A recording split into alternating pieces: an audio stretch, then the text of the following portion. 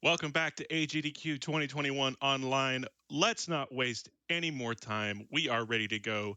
So I am going to hand it off to rythin to show you some amazing platforming in Sammy Suricate in Lionland. Alright, hello everyone. I'm rythin. This is Sammy. Uh, just to clear up some confusion at first, because I'm sure half of the people in chat don't know what a circuit is. I believe the other word for it is meerkat. So there you go. Hope that clears some stuff up. So we're gonna be doing all levels, starting out with the tutorial. So let's just get started right away. 3, 2, 1, go. Alright, so first off, don't worry about this, that's just fine. So in the tutorial, the first level, we're gonna be learning what white gems are and how they open doors for us. That's very convenient. In the second level, we're gonna be learning how to jump. So, yeah, using jumping to get to the end, as you do. In level 3, the game introduces colored gems, which are different from white gems, but they still are used to open doors and other things like that. Now here is level 4, where we get introduced to our lion friends right here. So we're gonna get this lion over into this corner and bully them a little bit. Hopefully. There we go. And now with some magic, they help us get to the end. Very nice. Now the next couple levels introduce the bugs that we can pick up and also get to the end of the level with them. Now here we have some boomerangs that are colored like the lesbian pride flag. So Sammy says lesbian rights. Does your speed game say that? I don't think so. Yeah, so we're already 8 levels into the tutorial out of 12. We're gonna wait here for another lion friend who is going to help us come over here and not do that, please. There we go. Maybe? No. Please. There we go. Okay, that's what I was looking for. Alright, new mechanic. Downward slopes. When you have a slope sort of going down into the floor, you can just walk into it. And there we go. Alright, new mechanic. Doors. This is like the only place where doors are actually relevant, so I don't know why they're here, but hey, they are. That's cool, right? Yeah. Oh, hey, look, a slope. Cool. Okay, oh, I forgot this level existed. So, tutorial 11 is all about, you know, going around and, So tutorial 12 shows us a new mechanic, which is lions that kill us, apparently. Okay, that wasn't meant to happen. That's fine. So you know how we had a lion friend help us through a wall? Well, what if we use our camera friend instead and actually went up a wall with the camera? So that's a tutorial done. So we're gonna move immediately on to jump and run. Don't worry about that yet again. Definitely doesn't have anything to do with, you know, disabling the AI of lions. And with that, I think you can get like 1 or 2 donations in right now. Absolutely. We have $50 from Captain Tudmoke. Glad to be able to catch the end of the awful block. My favorite part of every GDQ. Bad games are the best games. True. Let's hear one more. Yep. We have $50 from Foxito. Here's $50 for the Halo 3 run because more games is always better. Also very true. Alright, so this may look like a door, but it's not actually, it's a ladder. And we can just climb it like that. I don't know why they textured it the same as a door. Don't ask me, but you know, that's good. Yeah, so we did that. Now we're gonna just come over here, snag a wasp and some lesbian rights, as you do. I'm gonna come over here, get on this invisible wall and just jump to the end. Alright, So you may have noticed some magic happening whenever I like throw bugs or bully lions or other such stuff. So what's actually happening is I'm pressing the M key, and I'm pretty sure the M actually stands for magic, but a side effect of doing magic is actually toggling the music that plays at, at the moment, which also happens to freeze the game, which is why the magic happens. So yeah, if you were wondering if the stream was lagging or whatever, no, that's just the game. That was a slope, by the way. Alright, level 8. This one is actually pretty long. There's like a lot of stuff you have to do. It's pretty big. So level 9. Oh wait, no, that's level 8. Is it? I don't know. Whatever. We are going to do some more magic, this time with a sprint power-up. So as it turns out, when you press sprint, you accelerate, and then when you let go, you decelerate. But if you do some magic while decelerating, it actually slows it down. So we get to go fast for longer. As we all know, lesbians are very fast. Alright. I was gonna have a witty comment about this level, but it's already done, so...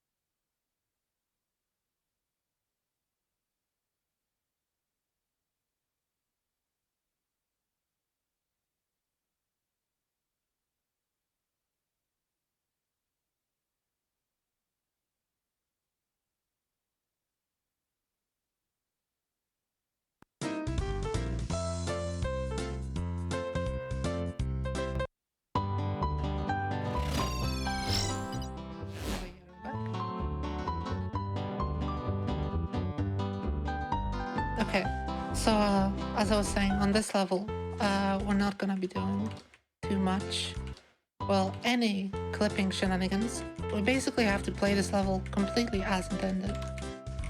So we'll be doing that, and meanwhile, feel free to get another donation in.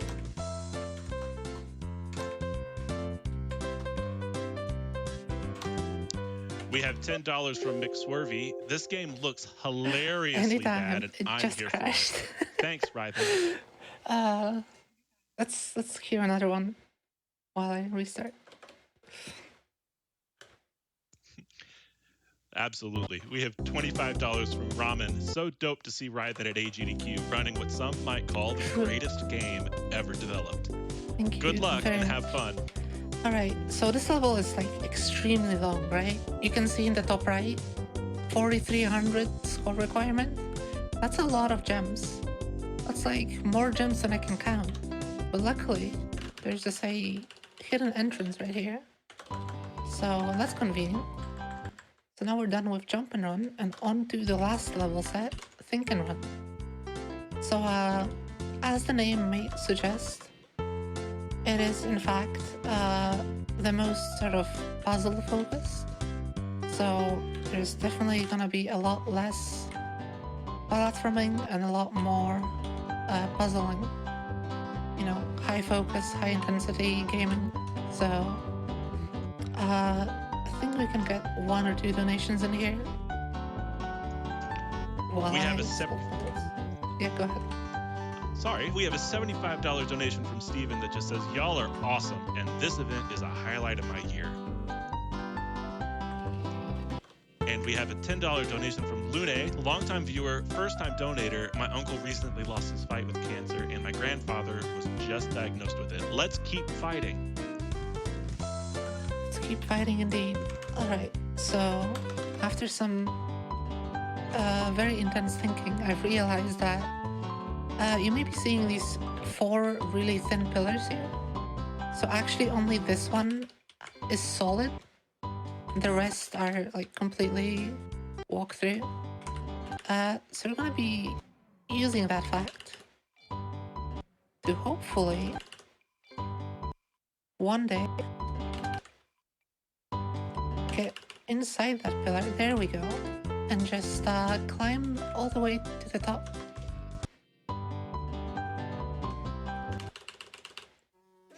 So, by the way, this game has quick saving and quick loading. In case it wasn't a perfect speed game already, it's even more perfecter. So, that's good. Here's a fun one. We're just gonna position ourselves like right here. Not right there, actually. That was the wrong spot. Try that again. So, come over here.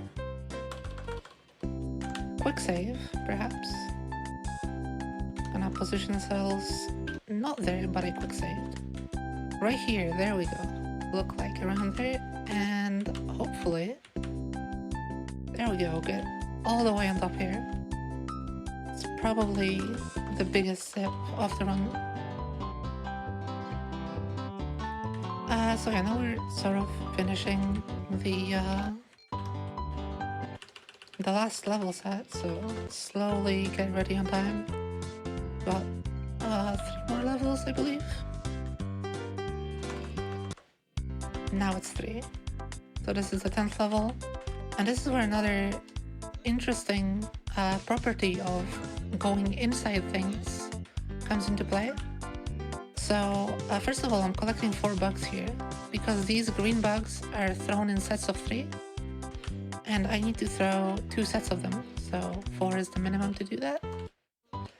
And now I'm gonna come over here, grab a green gem, open this door, break this with 3 bugs, and then do some very questionable magic, very low FPS magic, to come all the way over there. Because when you're in collision, the rate at which you go up, by the way, these are ladders again, the rate at which you go up is based on your frame rate. So if I keep doing magic, and then we go up slower and we go forward at the same rate. So time is like in a couple seconds. Just need to get the zip, which is very consistent, as you can tell. The most consistent one. There we go. Alright, so get ready. And time. Alright. One little hiccup, but overall, I think that run went pretty well. Yeah, that was Sammy Suricate. It's an interesting video game, and I would definitely recommend it. We have a Discord, we have a leaderboard, speedrun.com/Sammy. I have the Discord link there if you wanna, get into it, join. We have like a bunch of resources for running the game. I'd also like to, in particular, shout out Poker Pisavate. He is the person who sort of rediscovered this game and showed everyone else it. So without him, I wouldn't be here right now. I wouldn't be showing this. So thank you very much, Poker. Thank you very much, AGTQ, for having me. I'm happy to have been able to close the amazing Games and Quick block. And I guess we're back to just awesome games now. Yeah, thank you very much. Keep donating, and bye-bye.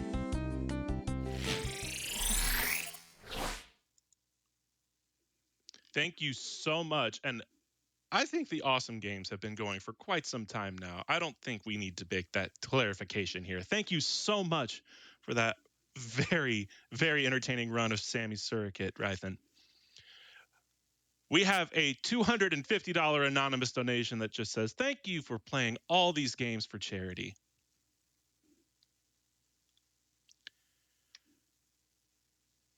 Today may be Halo Day, and the red versus blue is coming through in these donations. We have $25 from Brimp that says Red Tunic is an easy decision.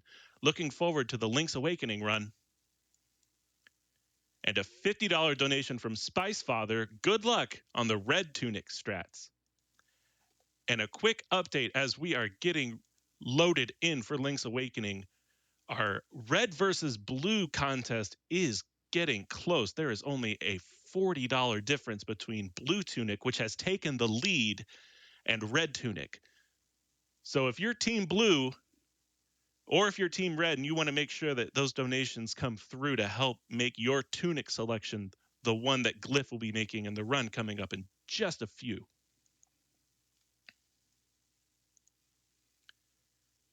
We have a $25 donation from Reno. Have to see Halo 3. Also, Awful Block was amazing. Got me through my last night of work. Thank you, less than 3. Well, thank you for that donation, Reno. And we have a $500 donation from 72 Pin Connector.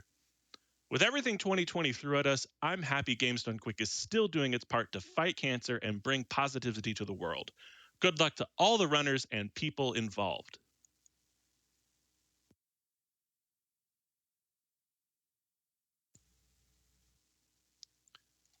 We have a $7.50 donation from Keizaron. Keep it up, GDQ and all the runners. It's always awesome to watch the speed.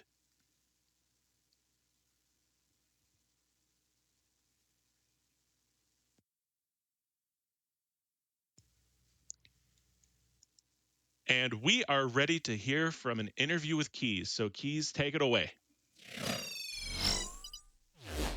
Good morning, AGDQ. It is far too early for me right now. Keizaron here, and I'm joined by the runner of Pokemon Platinum, Etchy. First and foremost, good morning. How are you doing, buddy?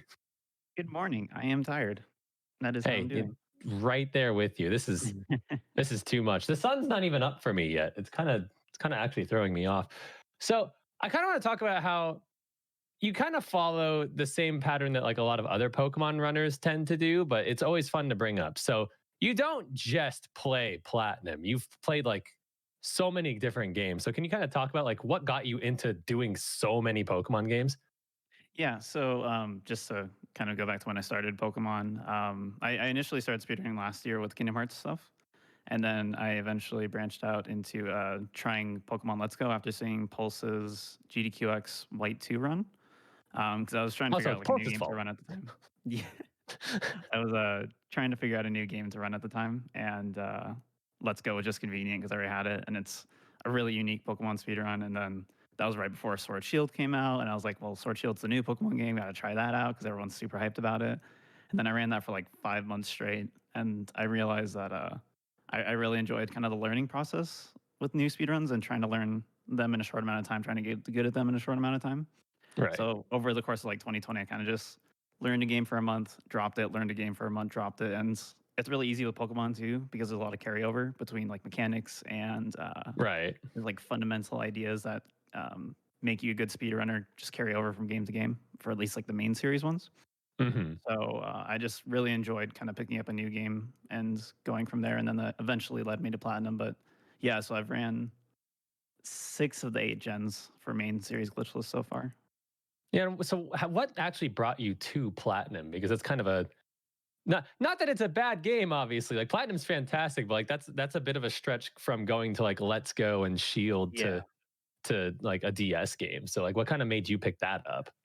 Yeah, so really so at that point I think I had already run Sword Shield, Let's Go, Omega Ruby, and one other game that I can't remember right. Oh, Fire Red Leaf Green. And I wanted to really do Gen 4 because I love Diamond Pearl. I've actually, before I learned Platinum, I had never played Platinum before. I just completely skipped the game, even though I love Diamond Pearl. Just because that was like the time when I was too old for Pokemon, too cool for Pokemon. Right. Yeah. So I wanted to do Platinum because it was just better Diamond Pearl in my head. And everyone told me that it was the worst Gen 4 game to start with because it's one of the most brutal routes. And the RNG Minip is a lot to take in if you've never done Gen 4 before.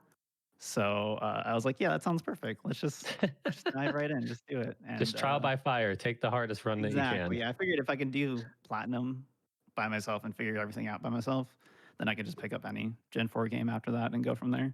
And it was actually a mistake too, because I realized that Diamond Pearl is actually really cool and really beginner friendly Gen 4 run. So Mm-hmm. a little Yeah, Diamond unlucky. Pro Run's definitely a ton of fun. You did mention RNG manip, so kind of want to. We know what it is, but just for the folks at home, like, can you kind of explain like how the RNG can be manipulated in Platinum, and consequently every other Gen 4 game? Yeah. So the simplest way I like to describe it is that if you enter the game at the exact same date, time, like all the way down to the second, and then the exact same frame every time, then you always get the same initial RNG seed. And that means that if you do the same inputs every time, as soon as you get that RNG seed, you always get the same outcomes. So during the run, I'm going to be doing a couple tricks and some save and quit manipulations in order to get those favorable outcomes. Some of those include like a really good starter Pokemon that's going to be my main, some favorable catches that I need to get, Pokerus, which we'll talk about in the run as well, which is extremely rare. Otherwise, it's like 3 times rarer than a shiny. You'll never get it if you play Mm-hmm. casually, unless you're just super lucky. I've never gotten it casually. I think I got it And once. yeah, or if you're lucky, you'll just get it randomly during like a normal speed run that you're not even trying to manip it. But um, that's really the simplest way to put it, is just doing the same inputs. I mean, like doing the same movement every time. So a lot of Gen 4 RNG manip stuff comes down to just having perfect movement for 10 to 40 to 50 to 60 minutes, Yeah. depending on how far you want to extend it. I know in Hard Gold Soul Silver, the big thing is trying to be as perfect as possible before you manipulate a Raikou. Yeah, and that's a 50, 60-minute process depending on the Exactly. run. So, So, and which lately, I should add too, for a lot of the games, Plat, Diamond Pearl, and Hard Gold Soul Silver, there's been a lot of process made to kind of make that more beginner friendly and kind of reduce that down. So like even if you do mess up, there are ways to recover it. Or if for Plat, for example, there's some save and quit backups you can do, stuff like that. So it's not as daunting as it sounds. All right, now without going into too much detail, I'm going to ask you 2 back-to-back questions, and then our time will be up. So just single sentence answers here. Future plans in Pokemon, go. Going to be doing Manipless Gen 4 and 5 Pokemon speedruns, so no RNG Manips at all, which is going to be opposite of what I'm doing here. And then favorite Pokemon and why? Fortress is my favorite Pokemon because no one else likes Fortress. And then 2, he's very cute. And he has those like little spike cannons that I love, and he deserves more love. That's basically it. All right, well, thank you very much for doing this interview with me, Etchy. Good luck on your run. I'm going to go ahead and try to get a little bit of a nap in before everything else, and we're going to send it back to Dr. No. Thanks, everyone. Thanks.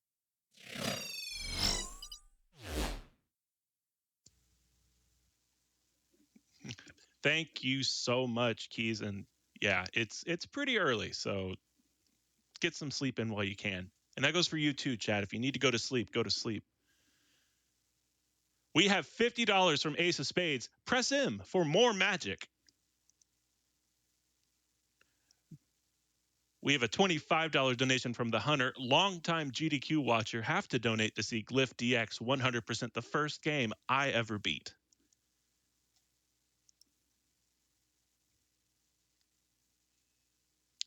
We have a $40 donation from Brian L. Longtime viewer, first time donating. Super happy to see AGDQ doing well, even in these weird times. Good luck to all the runners.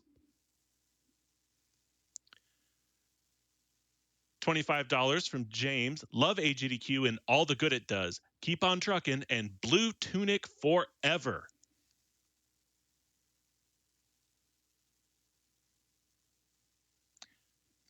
We have a $250 anonymous donation. Thank you, GDQ runners, chat, and everyone for being fun and hopeful during a hard time.